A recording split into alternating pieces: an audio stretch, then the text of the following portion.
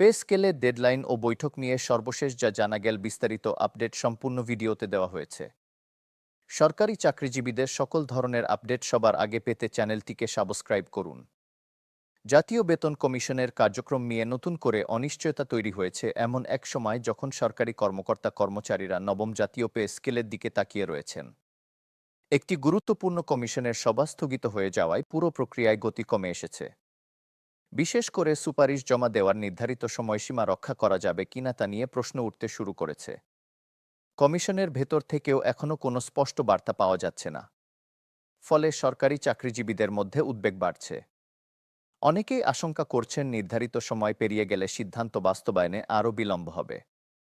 সোমবার বিকেলে পে কমিশনের এক কর্মকর্তা যে বক্তব্য দিয়েছেন তাতে অনিশ্চয়তা আরও স্পষ্ট হয়েছে।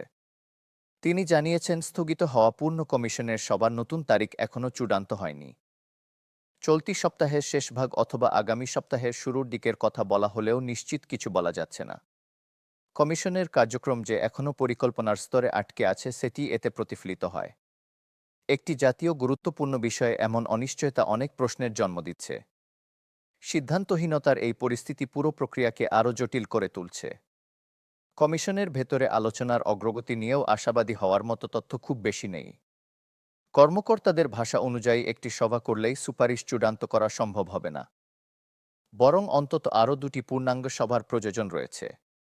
কারণ এখনও বেশ কিছু মৌলিক বিষয়ে সদস্যদের মধ্যে মতভেদ রয়ে গেছে। সব অমীমাংসিত বিষয়ে ঐকমত্যে পৌঁছানো ছাড়া চূড়ান্ত প্রতিবেদন তৈরি করা সম্ভব নয়। ফলে সময়ের চাপ ক্রমেই বাড়ছে।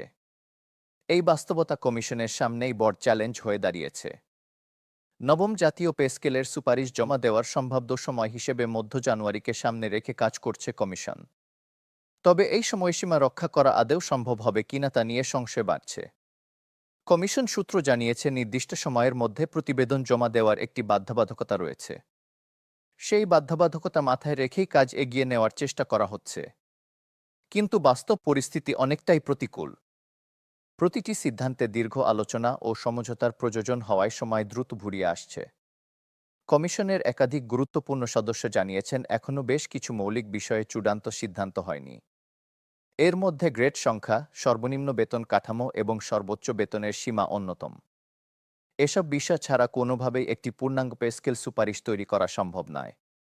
প্রতিটি সিদ্ধান্তের সঙ্গে আর্থিক সক্ষমতা, প্রশাসনিক বাস্তবতা এবং দীর্ঘমেয়াদী প্রভাব জড়িত। তাই তাড়াহুড়ো করে সিদ্ধান্ত নেওয়ার সুযোগ নেই। এই কারণেই কমিশনের ভেতরে আলোচনার গতি ধীর হয়ে পড়েছে।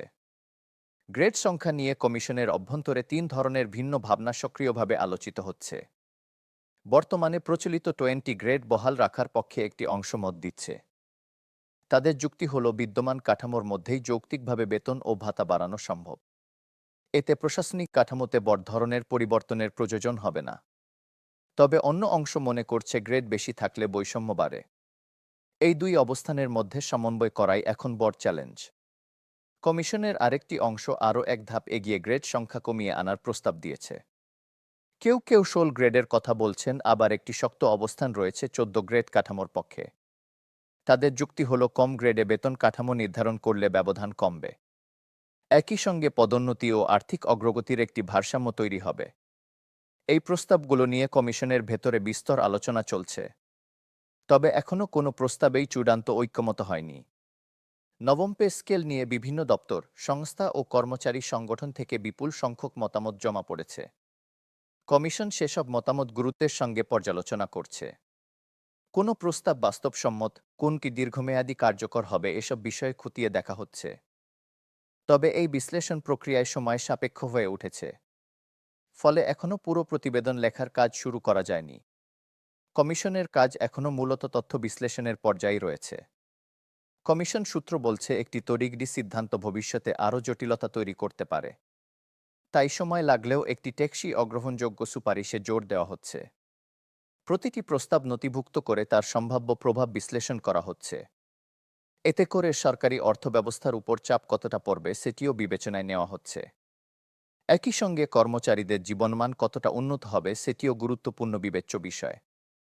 এই ভারসাম্য রক্ষা করাই কমিশনের মূল লক্ষ্য। নাম প্রকাশে অনিচ্ছুক এক গুরুত্বপূর্ণ সদস্য জানিয়েছেন প্রযোজনে নির্ধারিত সময়ের আগেও প্রতিবেদন জমা দেওয়া হতে পারে। তবে তার আগে অন্তত আরেকটি পূর্ণ কমিশনের সভা প্রয়োজন বলে তিনি মনে করেন। সেই সভা অনুষ্ঠিত হলে সম্ভাব্য সময়সূচি আরও পরিষ্কার হবে। কিন্তু সভা কবে হবে সেটি এখন সবচেয়ে বড় প্রশ্ন। এই অনিশ্চয়তা দূর না হলে পুরো প্রক্রিয়ায় ঝুলে থাকবে। ফলে সিদ্ধান্ত গ্রহণ আরও পিছিয়ে যাওয়ার আশঙ্কা রয়েছে। সরকারি কর্মকর্তা-কর্মচারীদের মধ্যে এই পরিস্থিতি নিয়ে নানা আলোচনা চলছে। অনেকেই মনে করছেন সময়মতো সিদ্ধান্ত না এলে আর্থিক পরিকল্পনায় সমস্যা হবে। আবার অনেকেই আশাবাদী যে বিলম্ব হলেও একটি ভালো কাঠামোই শেষ পর্যন্ত আসবে। পে স্কেল শুধু বেতন বৃদ্ধির বিষয় নয়, এটি একটি প্রশাসনিক সংস্কারের অংশ। তাই এর প্রভাব দীর্ঘমেয়াদী।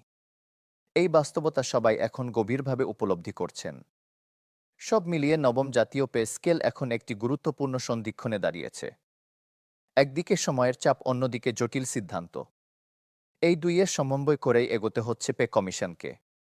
সামনে যে কয়টি সভা অনুষ্ঠিত হবে সেগুলোর উপরই অনেক কিছু নির্ভর করছে।